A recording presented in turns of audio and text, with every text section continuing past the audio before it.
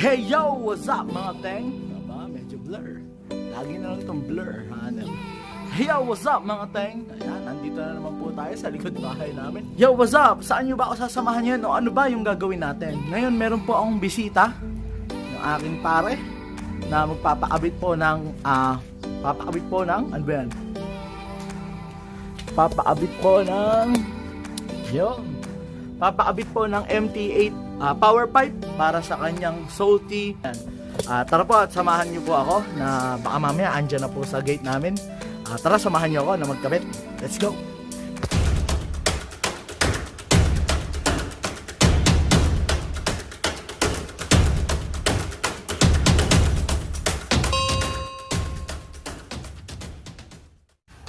Pakita ko na lang din sa inyo kung ano yung itsura ng MT8 ng power pipe na pang salty. Ayan. Parang stock lang din. Lumaki lang ng onti yung elbow dito. Lumaki, unti-unti lang may inilaki. Then total dito, may dugtungan. Nakadugtong lang yan. Then second hand niya lang po ito nakuha. Nakuha niya po ng 1, 2. 1, 2, 3. Yun. Then tingnan natin, check natin yung pinaka dulo. Ayan. Lumaki lang din ng konti, pero mas malaki ng konti yan talaga kaysa sa stock. Then silipin yung loob kung ano ba yung loob, kung tube type ba or screen type. Screen type ba.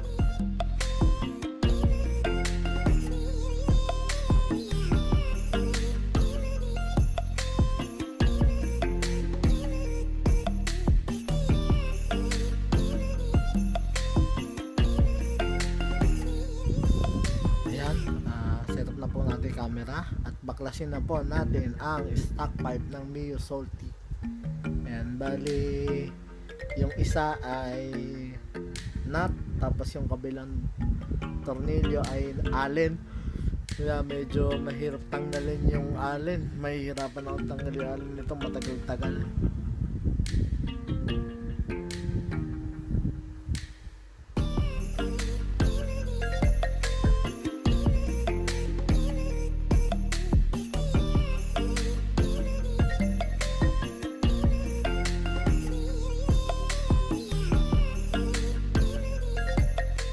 Tanggalin na rin natin yung tornilyo dito para mahugot na natin yung tambucho, yung stock pipe.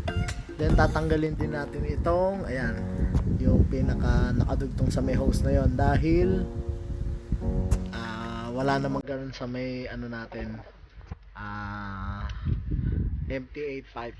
Ayan, tanggalin na natin.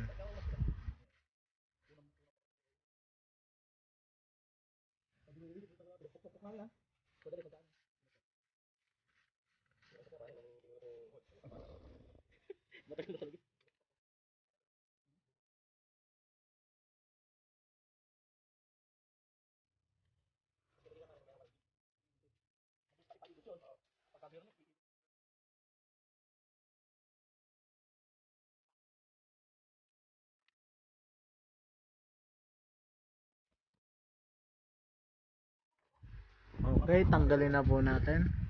Ayan, tanggal na.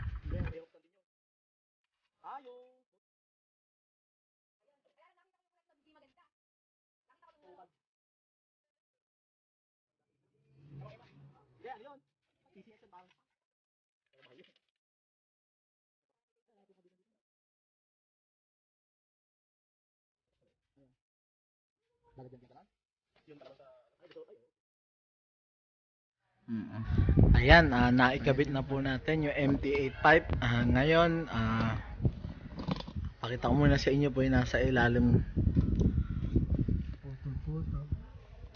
Ayan, sa may kanan yung tornilyo, yun, at ito naman kabila ay allen. Ayan, at paanda rin natin, testingin natin yung kung may singaw ba. Ayan, rinig na rinig naman natin yung paglagitik na yun. Sigurado na singaw yun. Kaya kailangan natin baklasin uli. Ano ba yan? Kala mo hand tractor,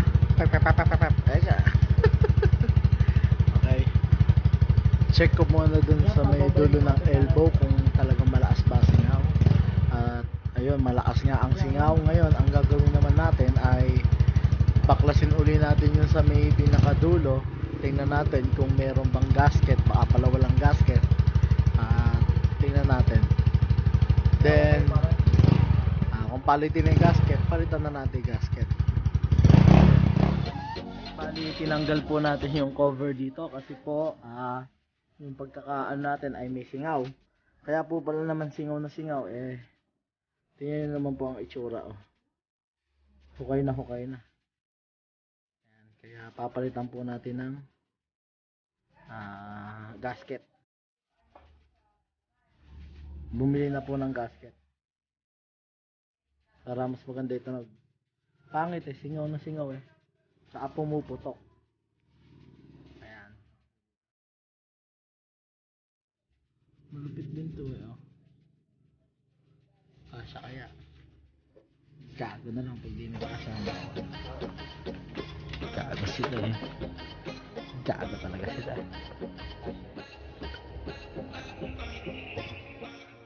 Dito ayan hindi ko na sa inyo napakita. Hindi masyadong sa pagkakabit. Ayan, pero nakikita bang natin pagkabay na rurot na hindi.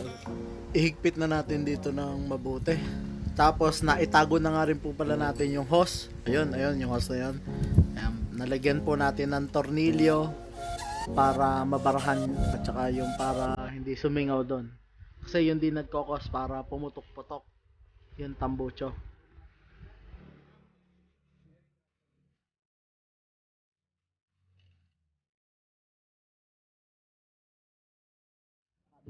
Kabit na natin yung hotdog cover. Hotdog cover.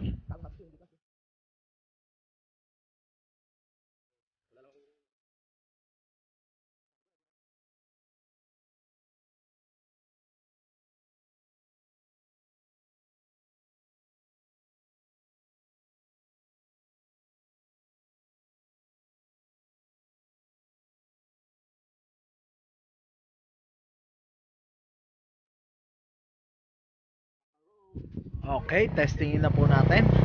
Wala na po siyang singaw.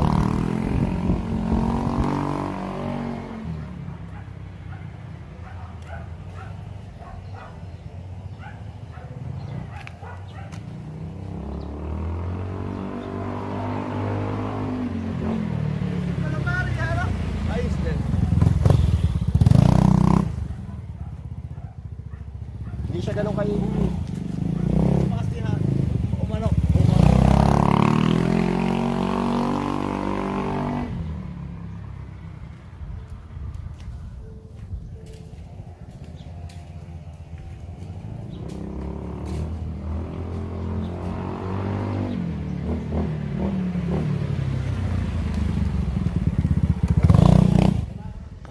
Check natin yung decibel ng ating MT8 pipe. Testing natin. Bali dito lang 94 point maximum. 95. Ayan, 97. Na. Kaso higit pa sa half throttle yung ginagawa ko. Kaya mga tayo, kung tatanungin ninyo kung pasok ba to sa LTO, pasok na pasok kasi 97 decibel lang yung pinaka-maximum niya. Then, higit pa sa half throttle yung ginagawa ko. Sa LTO, half throttle lang dapat. Ayan, kaya alang huli. Safe na safe. Ayan. Depende na lang kung meron sa inyong ordinansa na bawal talaga na magpalit ng pipe. Kahit anong pipe. Ang kailangan lang ay stock pipe. Ayan. Okay? Please subscribe to my channel and don't forget to like and please share my video para naman makatulong naman para sa akin. Ayan, maraming salamat. Peace, man. Young ones, but we live for it, we die for it, we live.